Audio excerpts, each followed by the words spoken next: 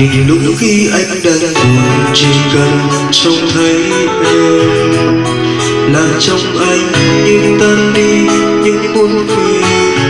Nhưng lúc trên đường đời anh đi phải gặp những khó khăn, anh sẽ nghĩ về tình yêu của đôi mình. Nhiều lúc anh hay trêu đùa làm trò vui với